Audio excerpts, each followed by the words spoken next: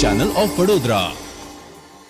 દિલ્હી ખાતે કિયો karate national ચેમ્પિયનશિપનું આયોજન કરવામાં આવ્યું હતું, જેમાં વડોદરા શહેરમાંથી ખેલાડીઓએ ઉત્કૃષ્ટ પ્રદર્શન કરીને વડોદરા શહેર અને ગુજરાતનું નામ રોશન કર્યું છે. દિલ્હી ખાતે આવેલ તાલક ટોડા સ્ટેડિયમ ખાતે 68મી નેશનલ સ્કૂલ કરાટે નેશનલ ચેમ્પિયનશિપનું આયોજન કરવામાં આવ્યું, જેમાં ગુજરાતના વિવિધ શહેરોમાંથી ખેલાડીઓએ ભાગ લીધો હતો.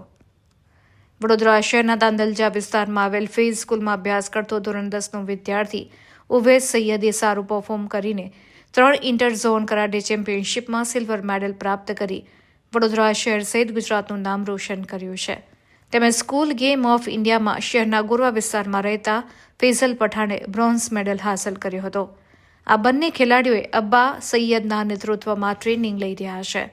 68મી નેશનલ સ્કૂલ ગેમનો ત્યાગરાજ સ્ટેડિયમ તેમજ 3 કિયો all India interzone karate championship 2024નું દિલ્હી ખાતે આવેલ સાથે દિલ્હી ખાતે યોજાયેલ ચેમ્પિયનશિપમાં કરાટે ડો ફેડરેશન ઓફ ગુજરાતના પ્રેસિડેન્ટ કલ્પેશ મકવાણા તેમજ વડોદરા શહેરના વિકાસ સોઢીની ઉપસ્થિતિમાં યોજાઈ હતી.